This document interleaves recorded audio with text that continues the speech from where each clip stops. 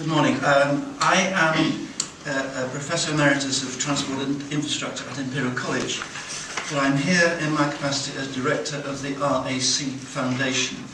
That is a small research unit. It's not the same thing as the RAC Motoring Services. We carry out research, produce evidence in the general area of transport policy with a special interest in roads. Now, we definitely need more transport infrastructure in this country, both road and railways. That's not an issue. We're not against big projects, many of them funded by the taxpayer. That's inevitable.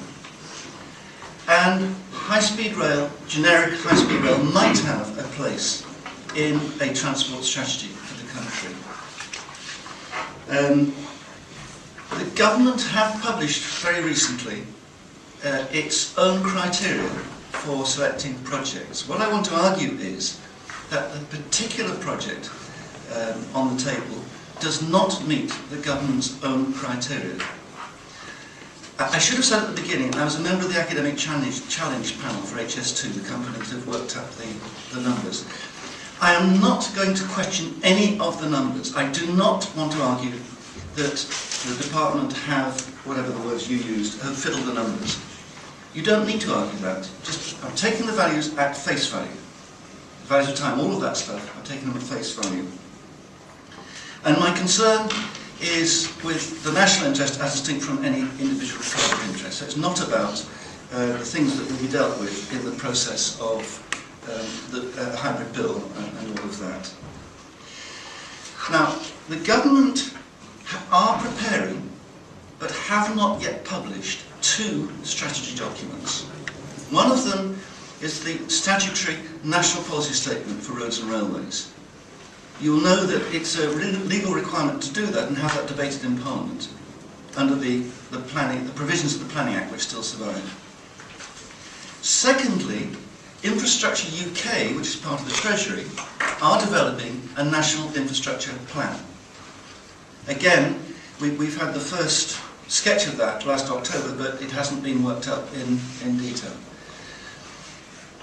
What I would expect, I'm sure we'd all expect those two strategy documents to do, is to say, where will the population be located in 2026 and onwards, looking at long view? Where will industry be located? Because both of those things are going to change a great deal over that period. What will their needs be? How might you go about meeting those needs? How much money you're likely to have to deal with that?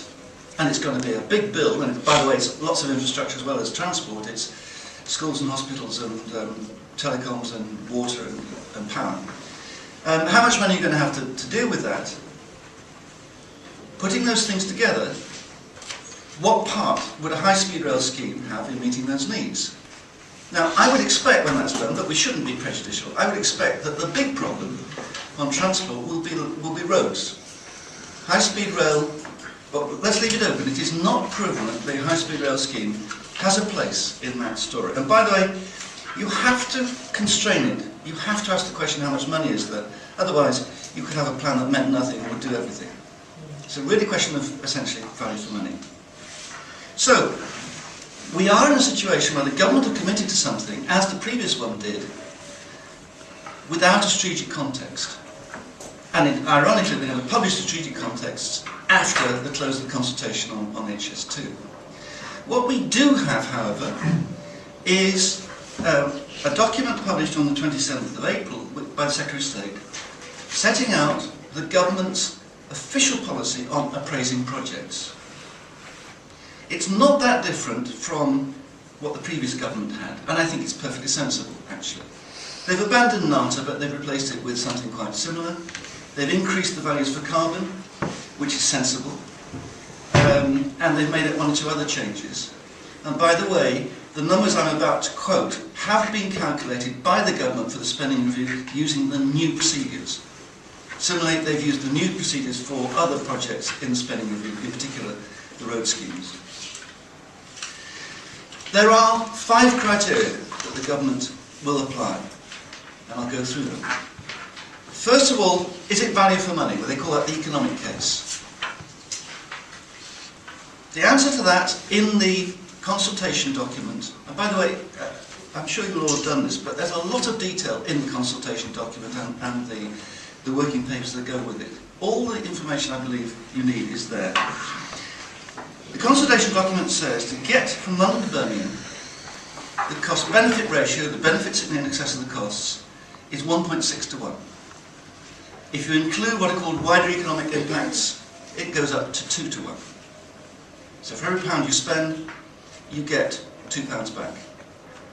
For the bigger scheme, the Y scheme, the benefits are 2.2 to 1, or if you increase the wider economic impacts, 2.6 to 1. Those numbers are very poor. There are many, many perfectly good schemes, better schemes I should say, with much better rates of return in that sense. So on the government's criteria, the economic case, high-speed rail is not a good way of spending money given a constrained budget.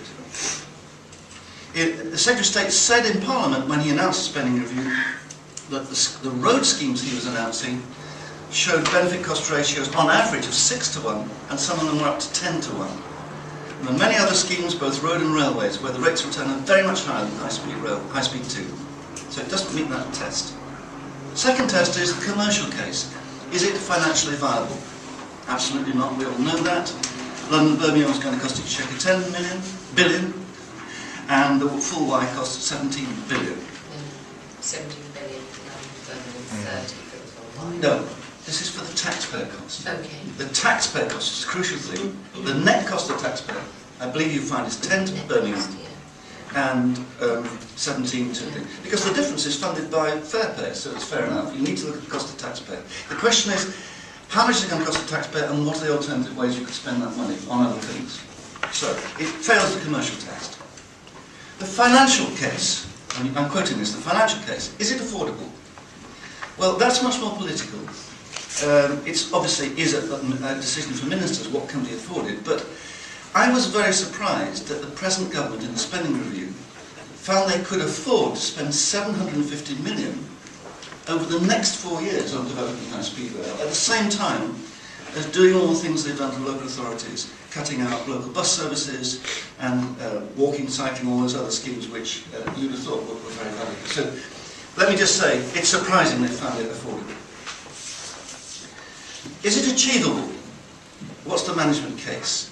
Well, yes, it's achievable. If a government wants to do it, it'll be difficult for all the reasons we know, but it can be done, and no doubt about that. Our government's just as good at building high-speed rails as the French and the Spanish. So, okay, that one passes. But I've gone through 4 tests. None of them really help us very much, or help the government.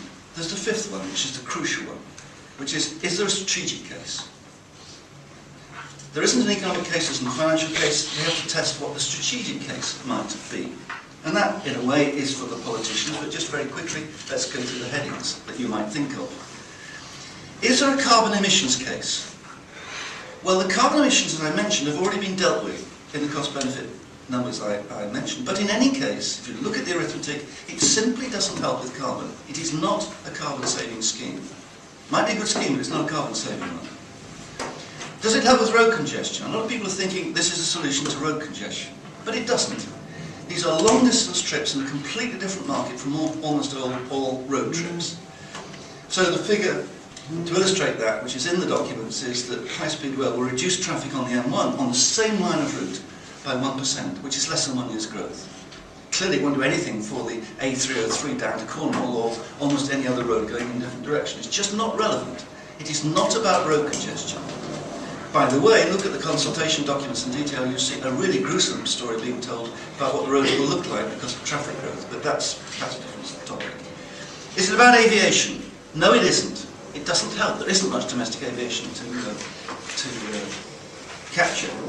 Does it help the poor, social inclusion? Is it social policy? Absolutely not. You mentioned the point. But railways, nothing wrong with this, but railways are predominantly used by high-income people, and particularly, you'd have thought, high-value, long-distance business trips. It's not about social policy. It's about regional economic development. Now here, this is where ministers are majoring, because they've recognised the economic case has slipped away from them. We have to argue this through job creation, curing the north-south divide, that kind of stuff. Now, I would say here, it's an open issue. There are arguments on both sides, but there's no evidence to support these things. People are just saying it without evidence. What does curing North-South divide actually mean? There's a statement in the documents that say this is a unique opportunity to cure the North-South divide. In other words, there's no other way of doing it, and it will succeed. What's that all about? Job creation, they don't argue through the distinction between creating new jobs and moving jobs from nearby. And that's been a big issue on the continent.